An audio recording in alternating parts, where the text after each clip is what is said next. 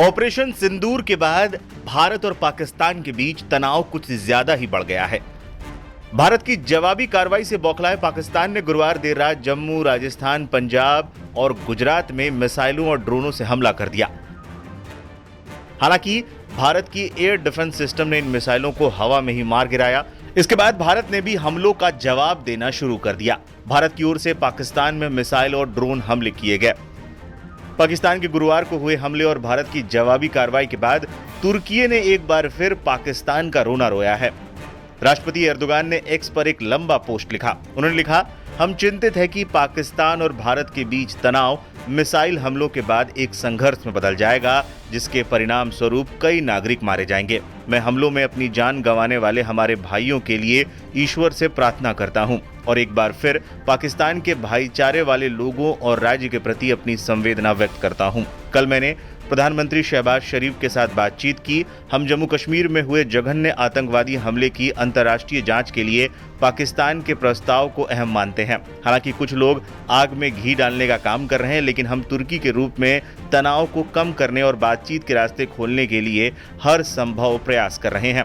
इससे पहले की घटनाएं ऐसी स्थिति में पहुंच जाए कि जहां से वापसी संभव ना हो। आपको यहां यह बताना जरूरी है कि भारत और पाकिस्तान के बीच बढ़ते तनाव के बाद पाकिस्तान ने तुर्की से हथियारों की बड़ी खेप की मांग की थी, जिसके बाद कई फाइटर जेट्स तुर्की से पाकिस्तान पहुंचे थे। इसके अलावा समुद्री रास्ते से भी एक बड़ा नेवल शिप पाकिस्तान पहुंचा है। हालांकि तुर्की इन बातों को मानने से इनकार करता रहा है, लेकिन ये कोई छिपी हुई बात नहीं है कि तुर्की पाकिस्तान का किस तरीके से समर्थन करता रहा है।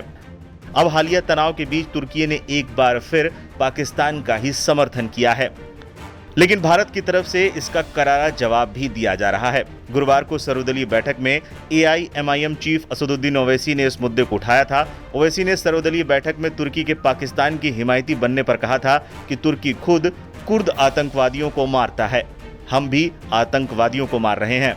और तुर्किया को हमको समझाना है कि तुर्किया पूरे विश्व में एक ऐसा कंट्री है जो अपने ही देश में जो टेररिस्ट ऑर्गेनाइजेशन है कर्ड्स, उनको बॉम्ब करता है। इराक में जब तक उनसे डील नहीं हुई वहां बॉम्ब करता था, अब सीरिया में भी बॉम्ब करता है। तो तुर्किया को समझाने की जरूरत है कि जब आप कर्ड्स के ऊपर जो टेररिस्ट ऑर्गेनाइजेशन है उनको आप एक्शन ले सकते, तो भारत पे क्यों वो सवाल उठा रहे हैं।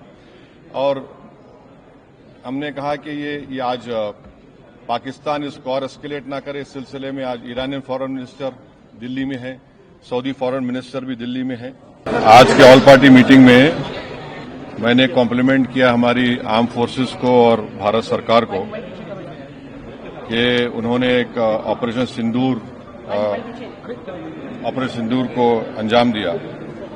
मैंने अपनी बात में ये कहा कि एक इंटरनेशनल कैंपेन हमको चलाना चाहिए TRF के खिलाफ, और खास तौर से सिक्योरिटी काउंसिल इसको डेजिग्नेट करे और हमको यूनाइटेड स्टेट्स ऑफ अमेरिका को ये बताना है कि वो अपने ही मुल्क में इसको फॉरेन टेररिस्ट ऑर्गेनाइजेशन डेजिग्नेट करे।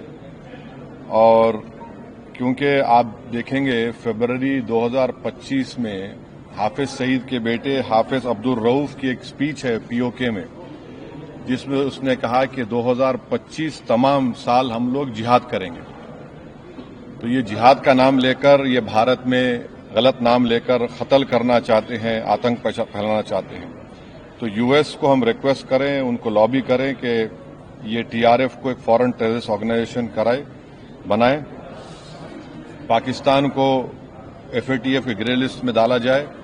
यूनाइटेड किंगडम से हमने ट्रेड डील किया है, अब क्या क्या बहुत सी चीजें कम हो जाएंगी, टैरिफ कम होगा। तो हम UK गवर्नमेंट से कहें कि वो भी TRF को बैन करें और UK ट्रेजरी पाकिस्तान को सैंक्शन करे। यूनाइटेड स्टेट्स से हम ट्रेड डील करने जा रहे हैं और US प्रेसिडेंट ने कहा कि 0 टैरिफ होगा एग्रीकल्चर पर। तो ये मोर द रीजन है कि हम US भी इसको कबूल करें। अब कश्मीर में गवर्नमेंट के पास एक बहुत सुनहरा मौका है, तारीखी मौका है कि वो यकीनन पाकिस्तान को कन्फ्रंट करें, मगर कश्मीरियों को अडॉप्ट करें।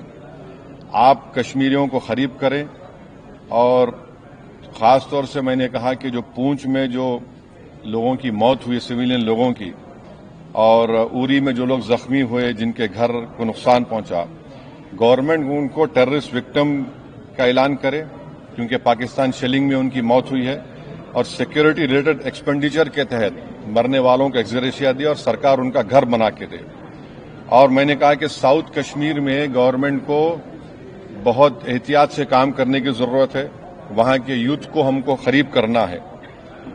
और जो ऑपरेशन सिंदूर हुआ, उसका मेरी नजर में सबसे बड़ा इंपॉर्टेंस ये है कि मुरीद और भावलपुर पर अटैक होना, ये नॉन टेररिस्ट ऑर्गेनाइजेशन के हेडक्वार्टर्स हैं। ये बहुत अहम बात है जिसको हमको समझने की जरूरत है। मिलिट्री स्ट्रेटेजी वाइज आप देखेंगे, अब हमारे देश के लिए दो फ्रंट पे हॉस्टिलिटी होगी, एलएसी और एलओसी पर। इसलिए कि जब 16 में उरी हुआ, 2019 में हम बालाकोट किए, आज हमारी 50,000 फौज गलवान और पे बैठी हुई है। तो ये टू फ्रंट हॉस्टिलिटी को हमको देखने की जरूरत है।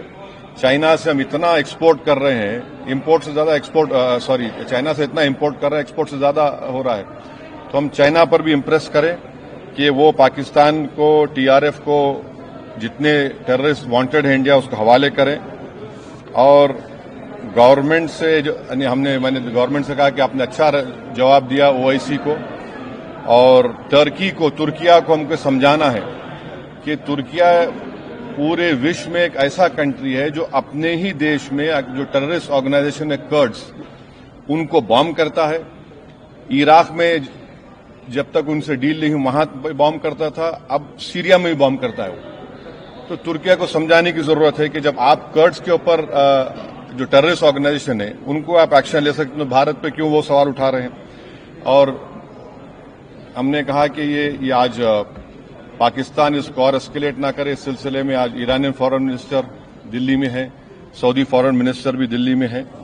और जो देश में मैंने कहा कि जो एक यूफोरिया है, इसको सरकार को देश को और मुत्तहिद करने के लिए और देश को ताकतवर बनाने के लिए इस्तेमाल करना पड़ेगा।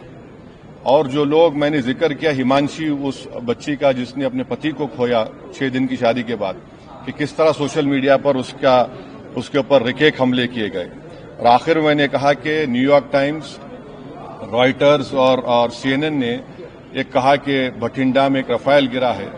वो सही है गलत है हम नहीं जानते, मगर हमने एक गवर्नमेंट से कम इंडियन एयरफोर्स को आप कहिए कि उसको डिनाई करे, ताकि हमारे आर्म फोर्सेस का मोराल और उनके रेपुटेशन में कोई कमी ना आए।